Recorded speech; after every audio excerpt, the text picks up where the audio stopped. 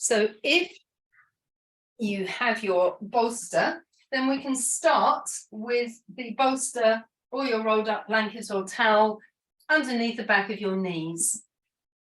And that may mean that your feet are hanging off in midair, and that's fine. Just have your feet kind of hip width apart.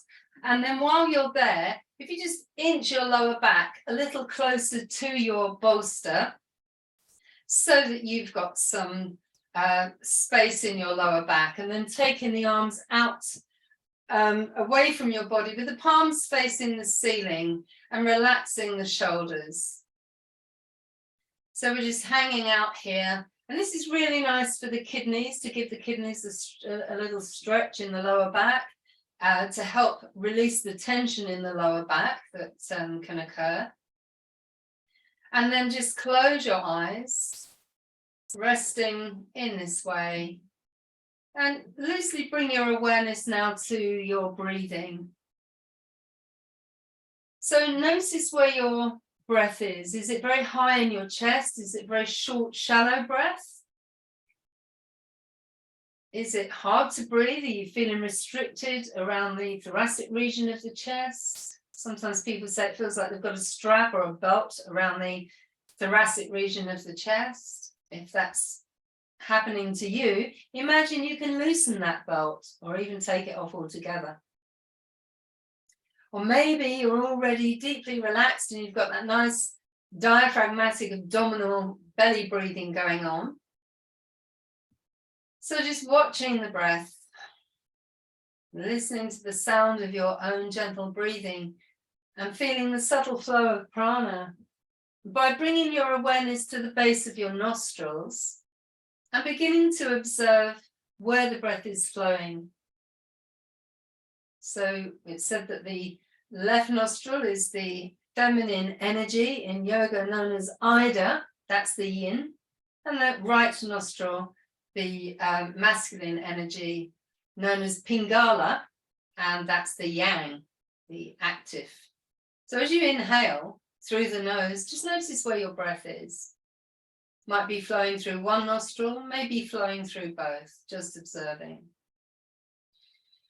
And use your next exhalation as an opportunity to really relax the shoulders, the middle of the back, the lower back, and the back of the arms by using a nice purging breath. So on your next exhalation, you can just sigh the breath out through the mouth with HAA, or just generally exhaling through the mouth, just letting go. And a third time.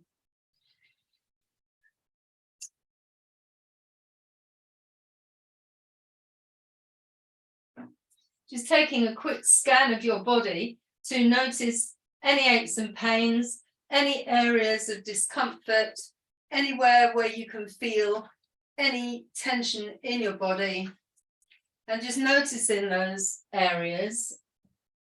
And imagine that your body is like a colander, and on your next few exhalations, those aches and pains just flow out of the body, through the ground, through your mat, into the earth, and are dispersed.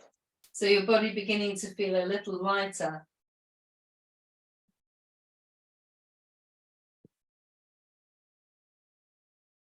And then if you bring your hands into the air, rub your hands together until they're quite warm.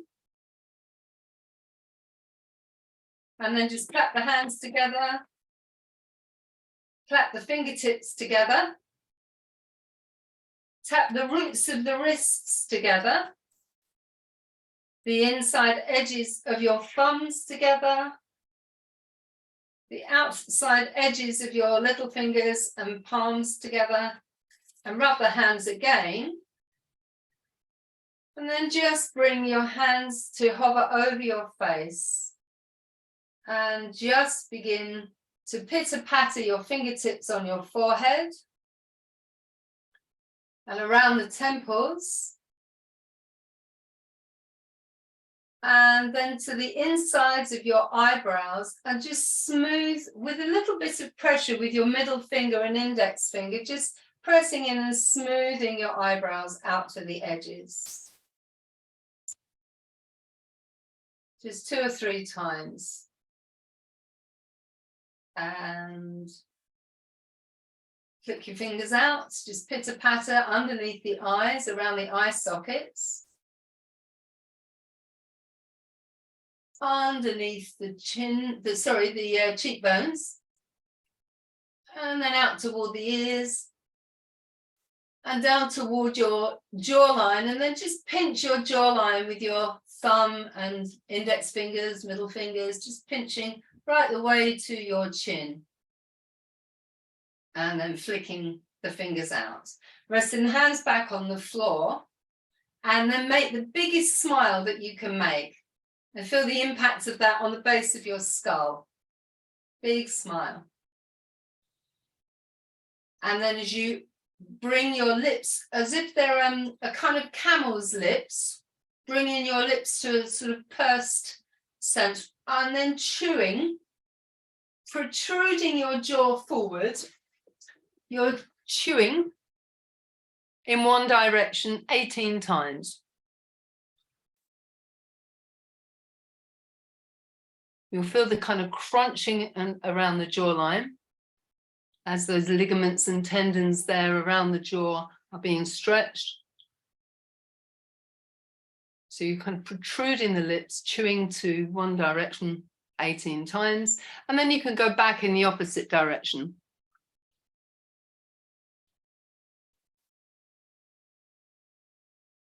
So you're chewing, you're still laying down. I was just demonstrating there close to the screen, and you're chewing in the opposite direction. And this starts to move the prana around these areas of the jaw, the mouth. Bringing a nice oxygenated supply of blood to the jawline and to the face. Excellent. Rest there for a moment when you've done your 18 in the other direction. And then lengthen your jaw and lengthen your forehead, as if you could lengthen the face up and down. So kind of bringing the chin as if it could come toward the chest. Imagine you could lengthen up through the forehead. So a few of those, and again, you'll feel that kind of stretching and crunching of the tendons, the ligaments and the fascia all around the jawline. A nice little bit of facial yoga. And then relax. And then I'd like you just to bring your chin toward your chest, lift your head up, notice the energy that it takes, the weight of the head as you take your gaze between your legs, and then bring the head back to the floor again. And then just bring your hands into fists with the thumbs on the outside. You can take the hands a little higher, almost at shoulder height, and just wheel your fists forwards and backwards, forwards and backwards, forwards and backwards. So you're just rolling your fists toward the ground in front of you and then behind you. Breathing in through the nose, out through the nose. And then the next time you roll your fists forwards, bring the chin to the chest, really lift the head quite high so that you can look through your legs. Notice how much easier it is when the fists have rolled forward, and then relax the head back down again. Rolling the fists backwards and forwards. Just roll the fists backwards this time, keep them there, and chin to the chest, lift your head again. Notice it's not quite as easy when the fists are backwards. And then roll the head back to the floor. And again, rolling the fists backwards and forwards. And rolling them forwards again, lift your chin towards your chest. Notice how much more of the cervical spine, you can lift the neck, and even a part of the thoracic spine, easier to lift when the fists are rolled forward. And lay the head back down onto the ground. Then you can bring your right foot to rest on the bolster, bring your left knee to your chest, clasp your hands around your shin. If you can't reach, you can use a sock or a strap across the shin, or even take the hand around the back of the thigh. You're encouraging the knee toward the face and also down toward the chest. And just holding it there toward the midline of the body, toward your spine, just pulling down on the shin, the knee slightly encouraged toward the face, and then release. And take the knee toward the armpit. Imagine you could tuck your your knee into your armpit. If there's any discomfort on the knee, then obviously don't do it. Just take the pressure back a little. So you're encouraging that left knee toward the left armpit, and at the same time pulling down on that shin. You should have a nice deep stretch in that left hip. And then release the pressure and bring it back to the midline. As you hold down the shin, take a nice deep inhalation through the nose. As you exhale, bring the forehead to the knee. So you're really whooshing the breath out. Breathe in through the nose. Really whoosh the breath out as if you're completely releasing from the abdomen. And then slowly on the in-breath, take the head back down. Nice deep inhalation. As you exhale, forehead to the knee. Start to push that left heel away from you. Inhale when you take the head back down. As you exhale, nice whooshing sound out through the mouth, and then release. You can straighten that left leg up into the air. Bringing your first two fingers behind the back of that left knee. Press into the back of the knee, bend the knee and straighten. Press into the back of the knee and straighten. Pressing into the back of the knee as you bend it and then straighten. So you're really giving some attention to the back of the knee, moving any fluid that's congregated there as you stretch and bend and stretch and bend. Okay. Excellent. And then on to the other side, left foot onto your bolster, or if you don't have your bolster, obviously you just put your left foot onto the floor and bring that right knee to the chest. Just another thing, if you can imagine your tailbone is a nice heavy, like an alligator's tail, and send the tailbone away from you.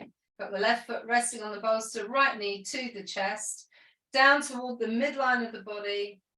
Hold and squeeze, encouraging that right knee toward the face, and then releasing the pressure and taking that right knee toward the right armpit, pulling down on the shin, encouraging right knee toward right armpit.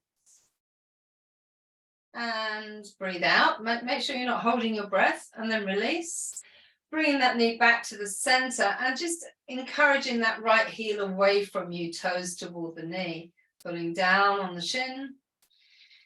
Nice deep inhalation through the nose. As you exhale through the mouth, W-H-H-O-O-O, whooshing that breath out through the mouth.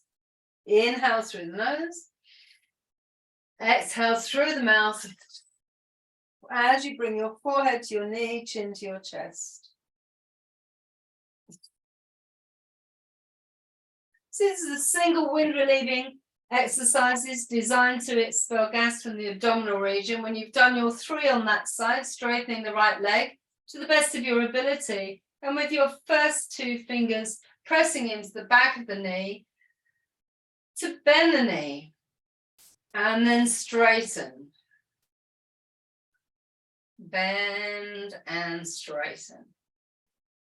Bending the knee and straightening. So just doing this a few times on the right side, just pushing into the back of the knee, just maybe massaging with your fingers as you squeeze the knee into a bend and straighten. Excellent. And then stretch that leg away from you. And if you're able to roll your bolster so that it's underneath your hips so that you're in a supported bridge. And if you don't have a bolster, you could always use a brick or a couple of blocks. And of course, if you don't have any of those props, it's fine just to lift into a gentle bridge pose. So with your bolster underneath your sacrum, feet are hip width apart. Moving myself around here. Okay, so the feet are hip width apart. You can bring your arms down beside you with the palms facing the ceiling, and we'll just check that there is space between the floor and the back of your neck. So one of my colleagues, Francis, yoga teacher and osteopath, uses the pencil test. You should be able to pass a pencil between the back of your neck and the floor. You can just rest here in a nice supported bridge pose, lifting the toes. So if you've got your socks on, take them off now. Lifting the toes, spread the toes out, lengthening the toes, and feel that you're pressing all the edges of the feet into the floor, outside edges, the inside edges, the horseshoe heel part of the toe, the front pads of the feet, horseshoe heel part of the heel. Feel the front pad of the big toe, the pad of the little toe. Press the pads of all of the toes into the floor. And then from there, just lifting slightly, so you've got the support of the bolster, but you're lifting there slightly and moving the weight to the shoulders. No pressure on the neck at all. The neck is lifted from the floor slightly. You can feel the ridge of the occipital ridge in contact with the floor, and then lower down again. And relax. Completely relax, release. And again, take your awareness to the feet. Feel the inside edges of the pad of the big toe. Really feel the inside edge of the front pad of the foot and the inside edge of the horseshoe heel part of your foot. And then the outside edges, feel those too. And then feel the pad of the middle toe, all of the toes pressing firmly into the floor. Press the feet into the floor. Allow the hips to just lift naturally because you're placing weight onto the feet. And you can start to lift the hips, lift the hips and the waist, and really roll onto more to the top of the shoulders so the chin begins to dip in toward the breastbone. You're feeling a nice stretch in the front of the groins, lifting pubis. Try not to splay the knees outwards. Allow the knees to be coming toward each other rather than outward. Place the weight on the outside edge of the little toes and lower down again. Excellent. And then release the right shoulder and the left shoulder as you come to relax. And then use your banders, so drawing in the pelvic floor, draw the navel in toward the spine, lifting into bridge again so that you can just move your bolster out of the way and have the bolster underneath your feet. If you don't have a bolster, just use your feet on the mat, but roll the bolster away from you and toward you with your feet so that you can feel your feet working on the bolster, the toes, just rolling it away from you, rolling it back towards you. And to do this, you'll already have natural banders engaged. You'll notice that your pelvic floor is lifting slightly, navel in towards the spine as you work in this way. And as I say, if you don't have a bolster, then you can just use your feet backwards and forwards on the mat. Little proprioception exercise, awareness of your spatial awareness by moving your feet in this way. Helps us with our spatial awareness. Excellent. And then rest in the center, stretch the legs away from you. So you're into Shavasana just for a moment. And turn the palms to the ceiling. And then as you walk the feet toward each other, ankles touching, you can inhale, take your arms up and over your head, interlink your fingers and stretching the arms above your head. If you haven't got room, you can take hold of an elbow each and lengthen through the whole of the torso and then relax a little, keeping the arms overhead. Tiptoe the heels around to the right, taking the arms around to the right. So you have this nice C shape down the left side of the body. Nice stretch there, slight lateral stretch in the spine, opening up the vertebrae in the side of the spine, sliding yourself back to the center. Tiptoe your heels around to the left, taking the arms, if they're extended or crossed at the wrists or just holding on to a forearm or an elbow each. And then just enjoying that side bend on the right side of the body, feeling that stretch from the armpit down to the hip, down to the heel, and then coming back to the center. And bringing the arms back down and walking your feet in again. And just lifting the hips and scoot your buttocks down toward your heels. Bend the knees to the chest and just hug your shins toward your chest as you begin to roll from side to side. Feeling a nice gentle massage on your lower back.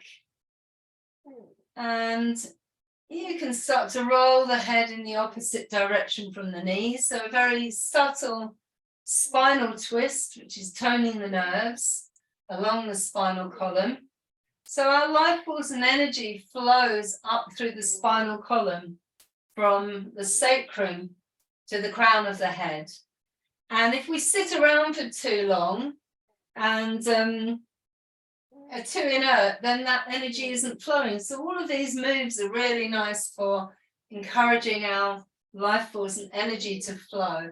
And with good additional deep breathing, or just good breathing, where we're letting go of the stale prana and we're drawing in new fresh prana, we can add, along with the healthy food we eat, we can add to our life force and energy.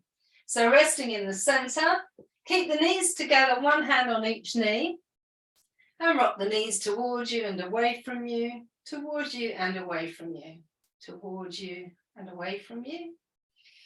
Breathe in through the nose, out through the nose, keeping the knees together. Just circle the knees around. You don't have to hold on to your knees. You can rest your hands on your abdomen at this part.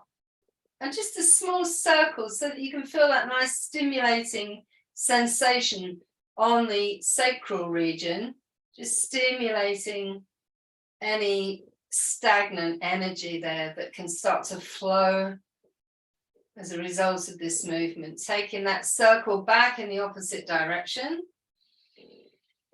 So you could just imagine a paintbrush between your knees, painting a nice circle on the ceiling as you're doing this. Okay, rest in the center, and then taking the knees hip width apart, one hand on each knee, fingers pointing away from you, and just circling the knees as if you're kind of rowing them. And this is just oiling the hips. And you can feel it's just bringing energy across Svadhisthana, our second chakra. This is a very interesting chakra. If you close your eyes for a moment, bring your awareness to the space between your pubis and your navel, where your hips, your lower back, or your abdominal organs, and just notice what color it is there for you. Of course, if you're not very visual, you won't see much at all. Circle your knees back in the opposite direction. So the color of this second chakra is orange. Is it orange for you, or is it sort of murky brown? So if so, wear some orange underwear. It brings some sense of orange there. Imagine that it's glowing, a bright orange, like a great big beautiful Jaffa orange, nice and orange and bright. But you can feel this movement as well as oiling the hips. It's pulling and stretching gently across the abdominal organs. So it's bringing energy to this area.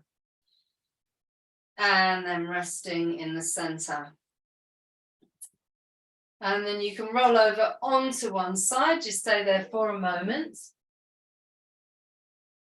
So this second chakra, slowly make your way up onto all fours. So the second chakra is said to contain memory and energy from our years on earth between the age of 3 and 8. And it has a lot to do with labor and relationships. So it's to do with when we were first kind of going out to school, making connections with friends. So that equates to work and to friendships.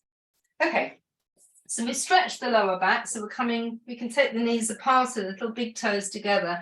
And we're bringing the third eye, if possible, toward the floor. If it doesn't reach, don't worry, you can hang it there, just stretching the neck or rest on a block. Really take the arms shoulder width apart, forward until you feel a lovely stretch in the glands in your armpits. And really press the fingertips, the pads of the fingers, the roots of the fingers into the floor until you feel that nice stretch in the armpits. And then increase the stretch by pressing the fingertips into the floor, bringing the hands into the sort of spider position and really pressing those fingertips firmly into the floor. You might want to lift your head at this point. This stimulates the points of the nadis, the meridians at the roots of the fingers, and then relax the hands down. And then we'll walk the hands around to the right until we find this nice stretch on the side of the torso. Again, nice lateral stretch. And then back to the center. And then walking the forearms around to the left. And again, keeping the space between the forearms and just enjoying that stretch down the right side of the trunk, just breathing into that stretch. When I say breathe into it, just imagine that your breath could travel down the right side of your rib cage towards your hip. Excellent. And then coming back to the center, I'm going to use the bolster again. So if you don't have your bolster, that's okay. You can just do your normal lunges. So with the bolster, just going to step, actually I'll show you this way, step the right foot over so that we have the knee in line with the heel. And then using the bolster to really stretch this back leg back so it's nice and supported. So it's a nice stretch down the left side of the abdomen. And just look behind you to check that that foot isn't out too much. Just bring it into alignment. And it's yogi's choice. You can either tuck the toes under of that foot or you can flatten the foot. So we might just stay here and lengthen up through the front of the spine, lift the heart toward the throat, might be on your fingertips, you might need to rest your hands on blocks. And then just walk this right foot out slightly and check that your knee and your toe are in line with each other. So we'll show you from the front. So you can either stay here as we were, or you can just turn the foot out to the side slightly, but check that the knee and the toes are in line with each other. So as we check that the knee and the toes are in line with each other, we might bring the hands to the insides of the feet. So stepping your right hand to the inside, your big toe side of the foot. So as long as there's no discomfort in the knee, this is always fine. You might even want to rest your blocks on the floor, bring your forearms onto your blocks or onto the floor. And again, as long as there's no, I'll show you from the side, as long as there's no discomfort in the inside of the knee or anywhere on the knee, then it's fine to work in this way. And take a breath. And then you can tuck the toes of the back foot under. Engage your bandhas, so gently drawing in the pelvic floor, navel in, and lifting that back knee. And you can step the left foot forward, and then step your right foot back. So as you bring the right knee to the floor, have your left knee in line with your left heel, arrange your bolster so that it's quite high, you know, where the groin is. So you've really got a nice support under that right side of your abdomen. Again, just look and check that your back foot and back leg is not out to the side, just align it more. And then we can just stay here on spider fingers. Lengthen up through the front of the body and breathe. Lengthen through the crown of the head, sending the energy right the way up from the tailbone through the spine, out through the crown of the head. And then you might want to wriggle this left foot out to the side a little. And as I said before, checking that the knee and the toes are in alignment and bringing the left hand on the inside of the left foot. And we might just stay here, enjoying that slightly different stretch. Or if we have blocks in front of us, we might rest the forearms on the blocks or even on the floor. And there should be no discomfort in the knees, just a nice stretch into that left hip, the left groin.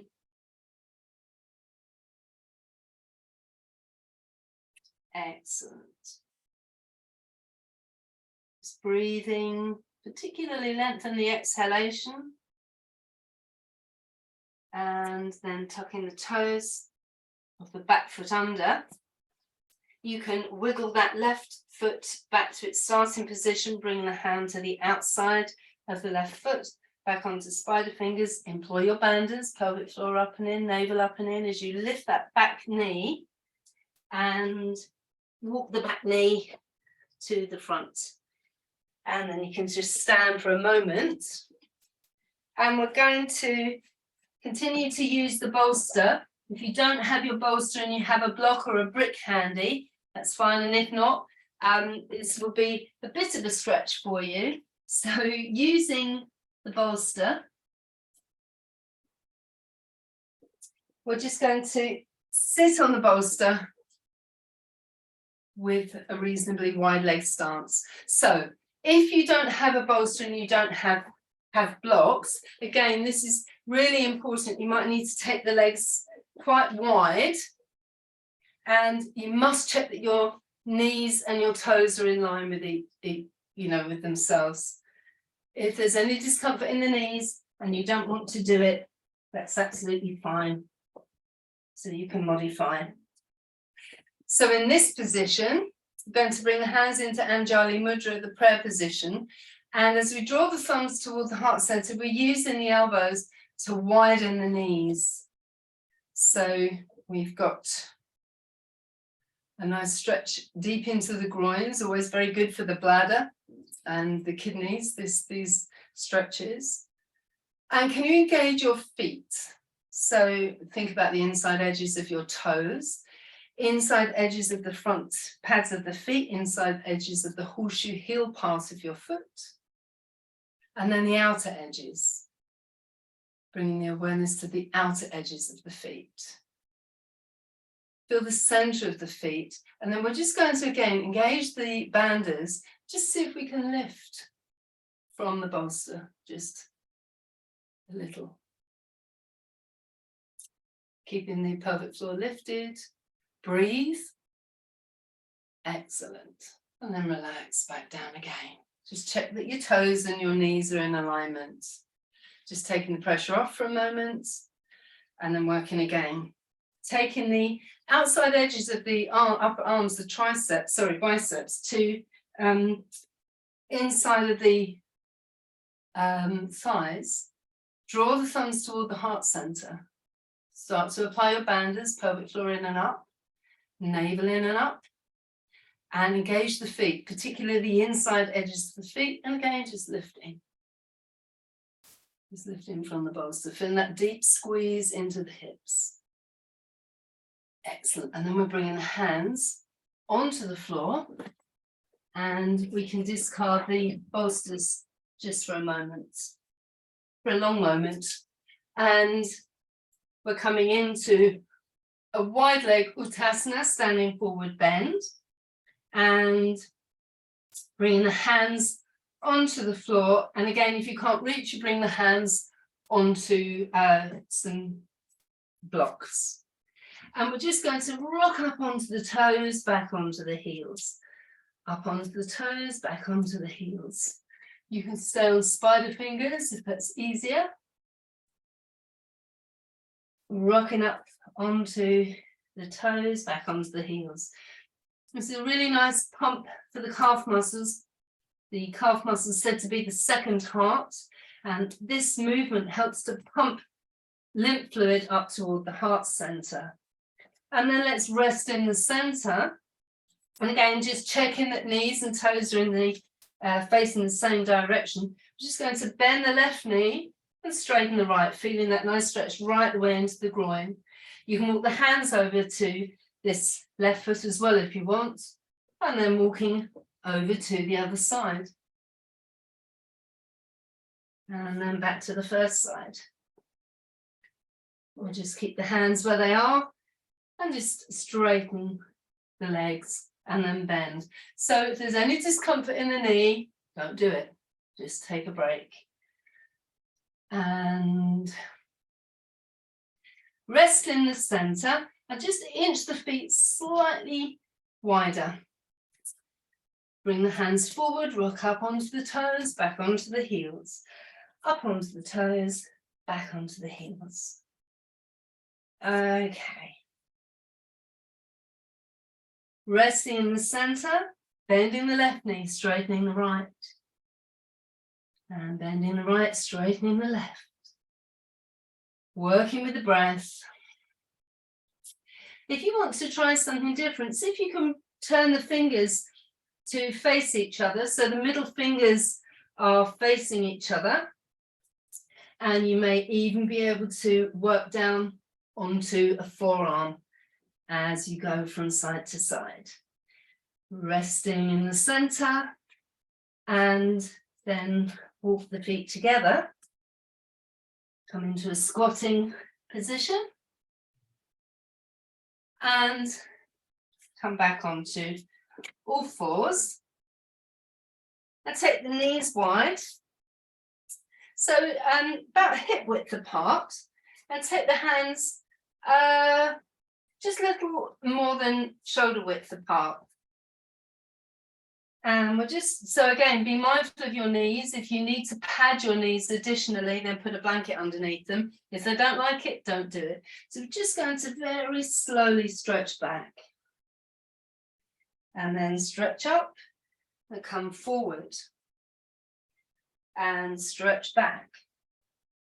As we bring the body weight forward, let's think about bending the elbows in toward the body. So just working forwards and backwards. And as you come forwards, really place your weight onto the pressure onto the pads of the fingers, so that you take that pressure off of the wrists. And this is our last forward bend, and then rest in tabletop position. And gently sink the spine and inhale, looking up. As you exhale with a hard breath, chin to the chest, tailbone under. Keep your hands where they are, nice and wide. Unusual, we normally have the hands a bit closer together in cat-cow, but inhale, lifting, lengthening through the front of the body and gazing upwards. As you exhale, chin to the chest, tailbone under, rounding the back.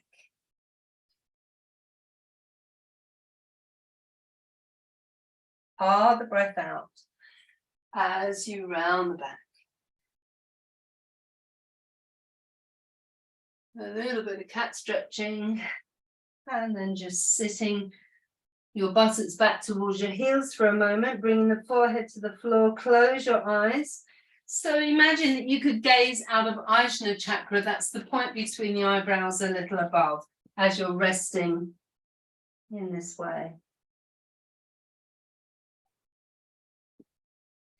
Imagine you could gaze out through your inner eye, your third eye, and just see yourself doing a beautiful dog down stretch.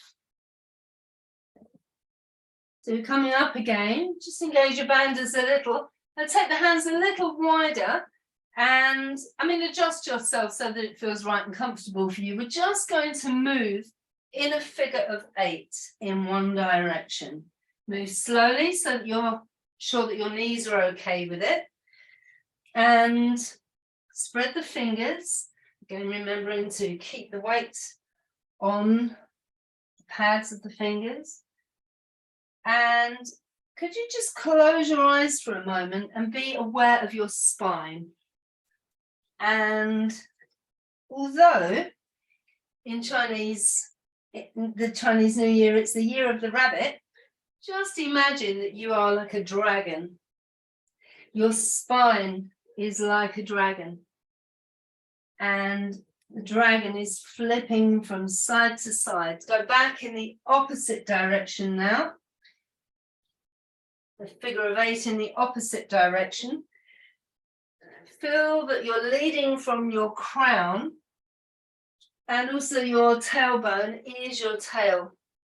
You've got this nice kind of flipping dragon, flipping from side to side. And then just rest. Bring the knees together and sit back into the pose of the child, Balasana. Bring the hands down beside your feet.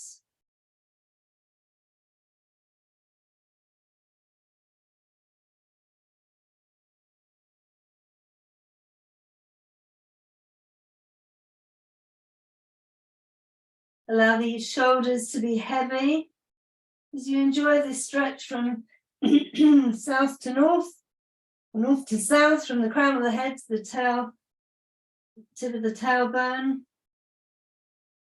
And again, looking out through Ajna chakra, see yourself doing a really beautiful dog down pose. And then sliding your hands in front of you, shoulder width apart. Tucking the toes under. Take the knees hip width apart and lift yourself into dog down. So spreading the fingers, and if you're tight in your hamstrings, take the feet wider apart. You can come up and down, although you're quite warmed up in the hamstrings now from the earlier stretching. Pushing the floor away from you. Walking the dog, straighten the arms, drawing up arms toward each other, and then just standing for a moment in your dog down. So if you're tending to collapse in your lower back, would you send the tailbone to the wall behind you, drawing your bandhas in? And then you can start to walk your feet towards your hands towards your feet towards your hands towards your feet, and then bend the knees, hang out there for a moment.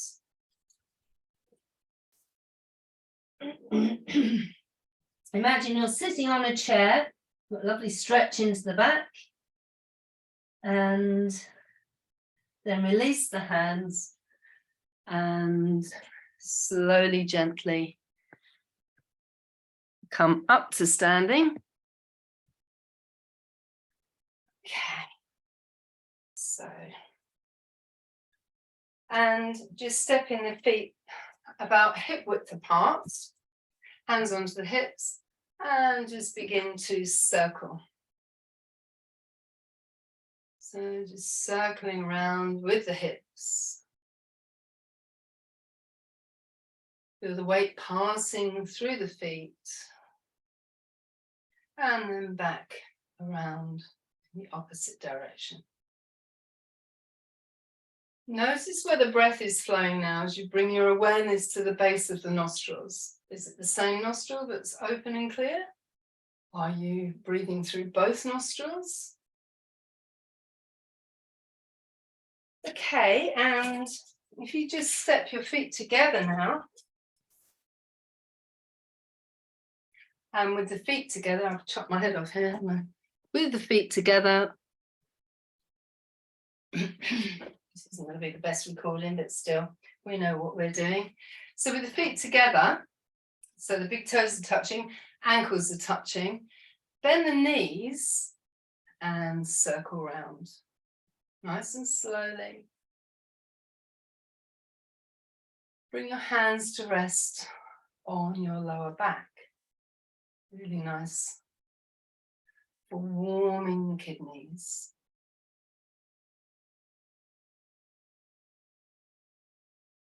Circle back in the opposite direction.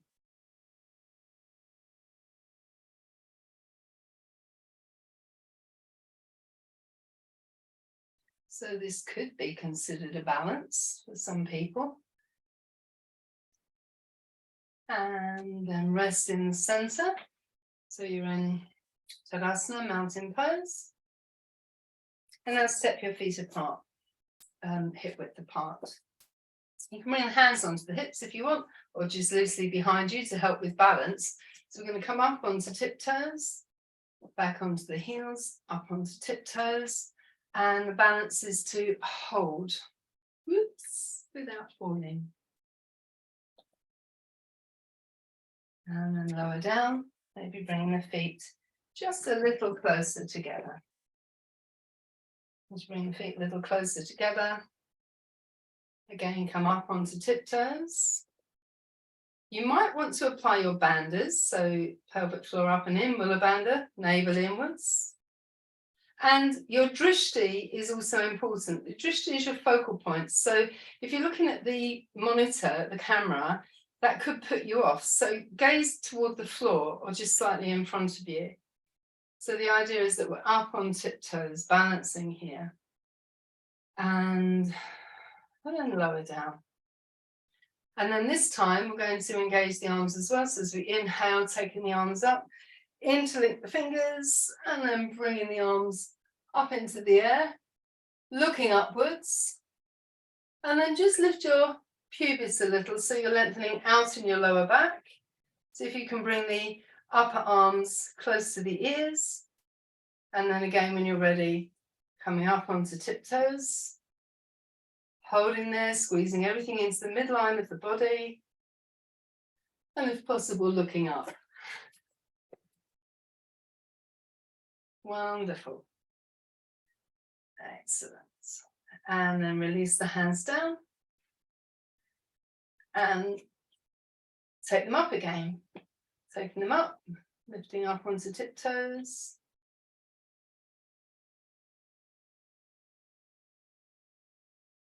Soften your gaze. And then bringing the arms back down. Well done. Shrug the shoulders. So taking the feet a little wider than hip width apart, so shoulder width apart. Well, bend the spine sideways, so just taking the left arm out to the side, palm facing the ceiling, reaching up and just sliding into a side bend. Breathing in, coming up. Taking the left arm out with the palm facing the ceiling, reaching up toward the ceiling and sliding this, sorry, that's the right arm up, sliding this left arm down the leg as you come into your side bend. And again, over to the other side. Breathing in, reaching up with this left arm. And as you stretch over, send the weight to the outside edge of that left foot. And take the gaze up toward the hand. And take that palm toward the ceiling to deepen that stretch. And then slowly coming back and round. And extending the right arm, palm facing the ceiling. And we lengthen up through this right side of the body. And as we start to move over into our side bend, sending the weight to the outside edge of this right foot, sliding this left arm down the left hand, down the left leg.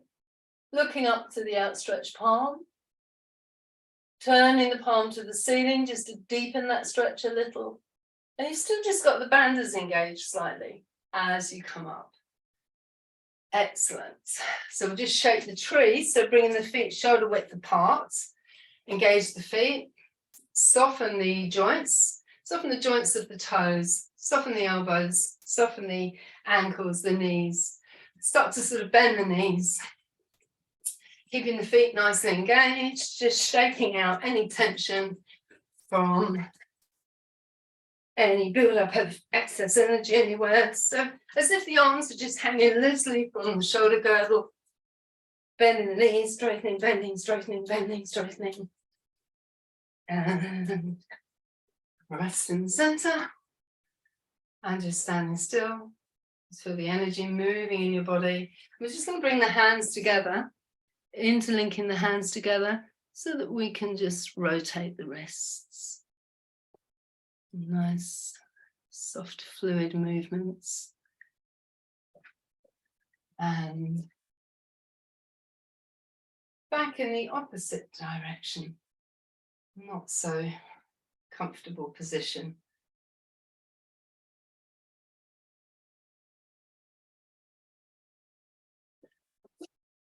Shaking the fingers out. So we're keeping the feet shoulder width apart and just going to lift the pubis so that we're lengthening in the lower back. And this helps the energy to flow up from the sacrum up toward the crown. So lifting the pubis, soften the knees again, interlink the fingers again. And this time we're going to keep our gaze on the left elbow to start with as we take the arm up and down. And then we take the gaze to the right elbow and then to the left. So just very slightly from side to side, moving slowly, but perhaps just taking the elbows a little higher each time. And as we take the elbows a little higher, you can feel that you're lifting up those bottom ribs, those floating ribs, just giving a little space and energy to those organs there under the left side of the floating rib, the spleen, the pancreas, under the right side of the floating ribs, that big gland of the liver. And as we're stretching up, we're stretching the abdominal organs as well, so the stomach, the digestive system. And now we're just going to slightly take the elbow back so that we're introducing a little bit more of an upper body twist, a thoracic spine twist. So keeping the knees soft, and remember to slightly transfer the weight as this right elbow goes back. We're slightly bending the right knee, coming back to the center. We start to bend the left knee as the left elbow goes back. And you may hear a little bit of cracking in the spine, which is vata, wind escaping from the joints. And then just kind of soften everything, soften your fingers and start to flow in the movements a little more. Really good for the shoulders, loosening the neck and shoulders. And then we'll just come back to the center. And as we come back to the center, interlinking the hands again, and this time we're going to keep our gaze on this left elbow as we take it down, and then gaze on the right elbow as we take it down, and then the left. And again, we've got the feet nicely grounded and earthed, and we're transferring the weight by bending one knee, straightening the other. And again, there's a little twist as we take the elbow down and round a little.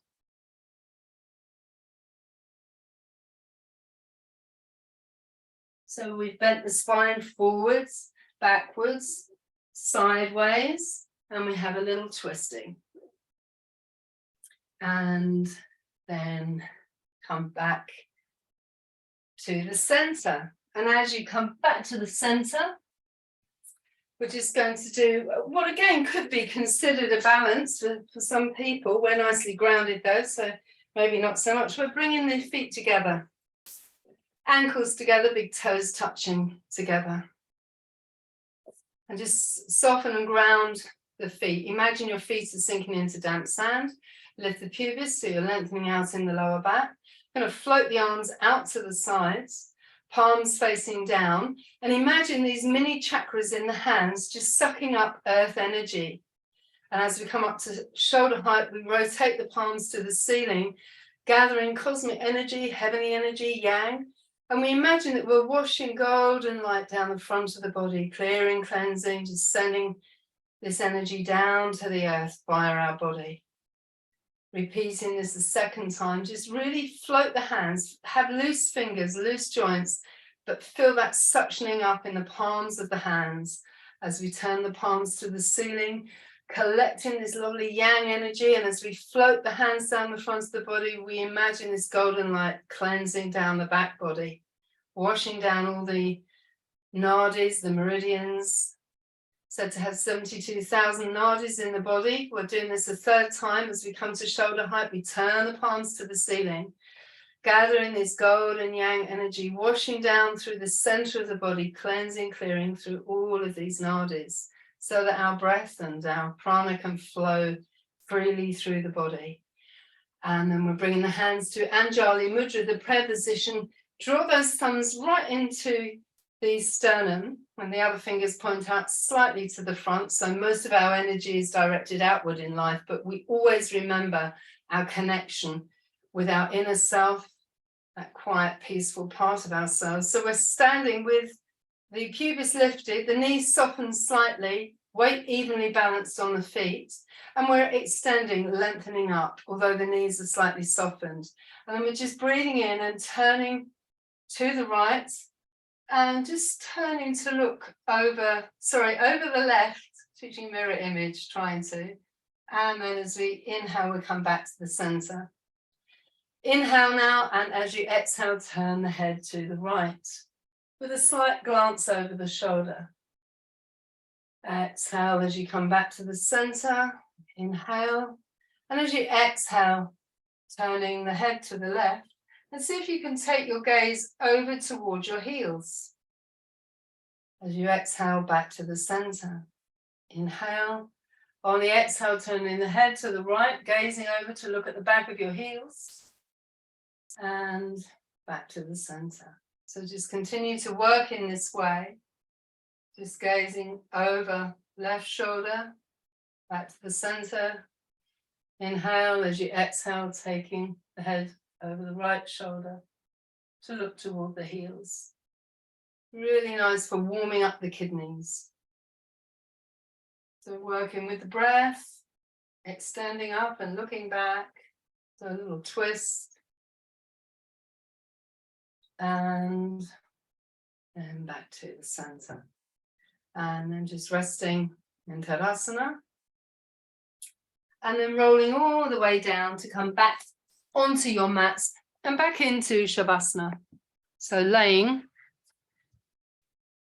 onto your mat with the feet hip width apart. So as I said at the start of the class, winter time is a time for really taking care of the kidneys. And that means a lot more making sure that your lower back is kept warm. It means more rest, hibernating in the winter. It means massage, nice warm baths, a lot more meditation, nice kind of meditative pursuits, reading, writing, being still a lot more, and particularly developing the art of relaxation. So we don't have long, but even if you've just got a couple of minutes, you can train the body into a state of relaxation. So laying back into Shavasana. If your lower back is tight, painful or uncomfortable, you can always lay your feet back over the bolster, but it is good to just be resting on the earth, connecting with the earth at this time. And just allowing the breath to settle. So watching the breath, listening to the sound of your own gentle breathing. Feeling that subtle flow of prana moving in and out of your body without any help from you. And one of the themes in yoga is surrender. And there's a real power in surrendering. It's not weakness in any way. It's actually trust. So surrender, yield, trust the ground to support you. So let go. Notice anywhere where you're holding on or holding back, even emotionally, and let go. Let go of the weight of the head. Your eyes closed now. Soften the muscles in the face. If you think the muscles are relaxing, believe they're relaxing, they will relax. The body is very obedient. It's carrying out instructions that you've given it from years ago. So you may have an area where you're always holding on or holding back. So give that part of your body permission to relax now. Trusting the earth to support you, imagine that you're now held in the lap of Mother Nature and she's cradling you, holding you, keeping you safe and warm. So there's nothing whatsoever for you to do except relax. So you can repeat to yourself mentally, silently, I'm relaxing now. Now I'm relaxing. And in this still, quiet pose of Shavasana, where the body's remaining still, Just sense this energy that's pulsating through your body. Tingling, pulsing, streaming, vibration. This is prana moving through your body. Your life force and energy. Vibrant, mobile, and yet you're still a lovely blend of this yin-yang, Ida and Pingala at work. Bringing us to a sense of unity, oneness. And this is yoga. So as you very gently begin to think about moving your fingers and your toes. And then move your fingers and your toes, wiggle your fingers, wiggle your toes. Gently bend your knees to your chest. Imagine that your arms are wings, the fingers feathers, and you wrap yourself in a warm embrace, a loving hug, and very gently begin to roll from side to side. And as you roll from side to side, mentally and silently say to yourself, I love you. Use your name. I really love you. And then repeat that several hundred times today. I love you. I really love you. So that sense of unity, oneness stays with you throughout the day and the coming days as you roll over onto your right side to come up into a comfortable seated position. Bringing the hands back to Anjali Mudra, thumbs drawn to the heart center, bowing your head to your own inner guru, your own innate knowledge and wisdom residing in the heart center, as well as the mind, the brain. Keep your eyes closed as you lift the head, blissfully rub your hands together, stimulate lots of warmth into those mini chakras in the palms of your hand, your fingertips. And then you're going to bring your palms to just hover over your eyes. Feel the warmth and the energy there. Feel that warmth moving into your eyes. Begin to smile. And then you can separate your fingers as you open your eyes, bring your hands back into Anjali Mudra. Om Shanti, peace be with you. Have a lovely day. And